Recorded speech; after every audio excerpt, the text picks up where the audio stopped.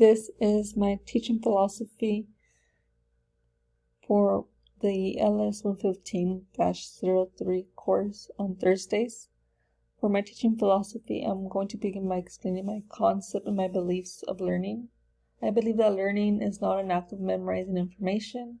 I view learning to be much more than this. Learning is retaining knowledge through connecting information to personal experiences to better understand concepts. By what I mean by learning is not an act of memorizing information. I mean that not many students take on what they learn within a class when they are simply just memorizing dates or events that occurred in the past without a purpose. Students have demonstrated to actually retain information better and understand it, while they also learn the importance of knowing these types of information, such as the reasoning behind why everything occurred, especially during the subject of history.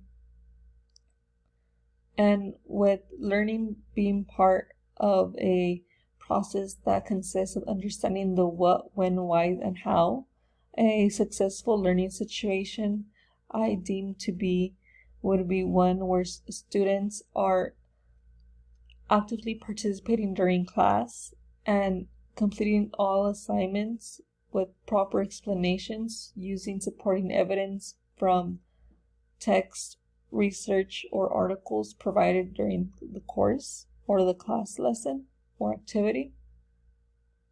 For my concept of teaching, as a prospective educator, I believe that all students have the potential to succeed academically and demonstrate personal growth as an individual through successful learning. I view students to all have potential to succeed both academically and personally, linguistically, as long as the way one as a teacher teaches is appropriate and ideal for their learning situation.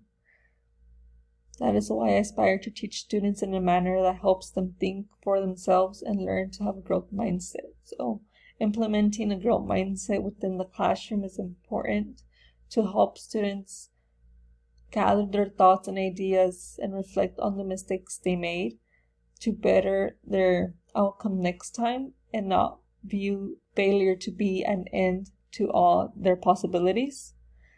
This will help students be more encouraged to participate and try new things during class lessons, because they will not fear failure anymore, but see failure as an opportunity to be better.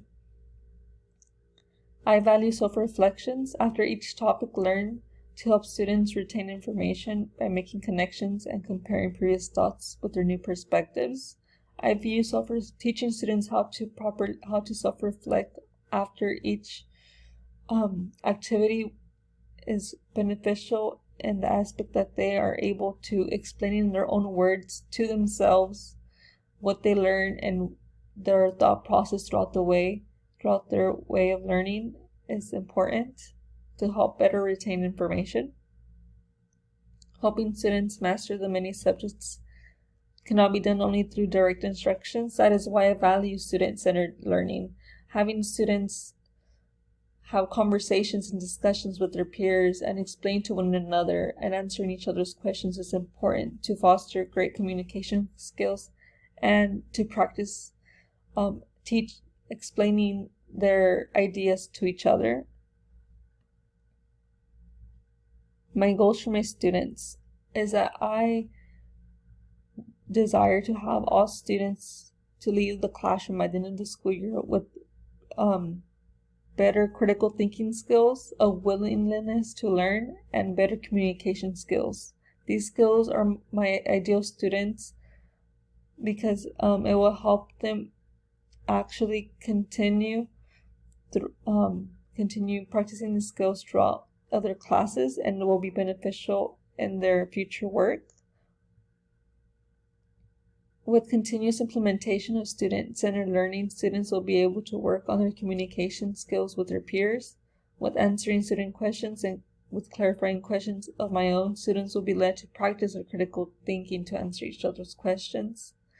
And my main goal is for students to have said previously to obtain a willingness to learn, because their education starts with their desire to continue learning.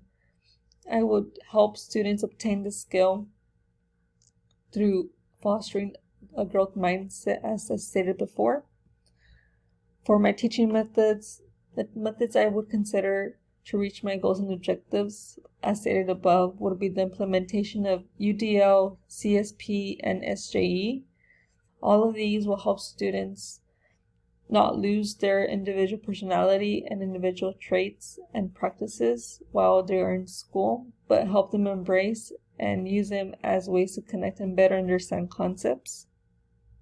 Another method I plan on incorporating within my teaching is utilizing Gardner's multiple intelligences to be aware of what type of learners my students are. With knowing what type of learners they are, I can better organize the ways I present information to them. My interaction with my students, I will be interacting with students as more than just an educator. I will be interacting with them as a mentor and an advisor. Growing up, I had teachers myself who were more than just teachers.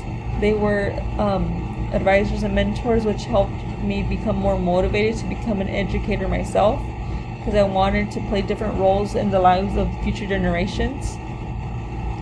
My assessment for learning, I view that assessments are necessary to keep track of students' progress, but not in the traditional sense. Giving students options to pick from to demonstrate their understanding is crucial, just like in the 5B lesson plan. For my personal growth, I plan on continuing to grow with the help of the feedback I receive from both colleagues and students. And this is just a summary of my teaching philosophy. I've written much more throughout the whole document. And this is the end of my recap on my teaching philosophy. Thank you.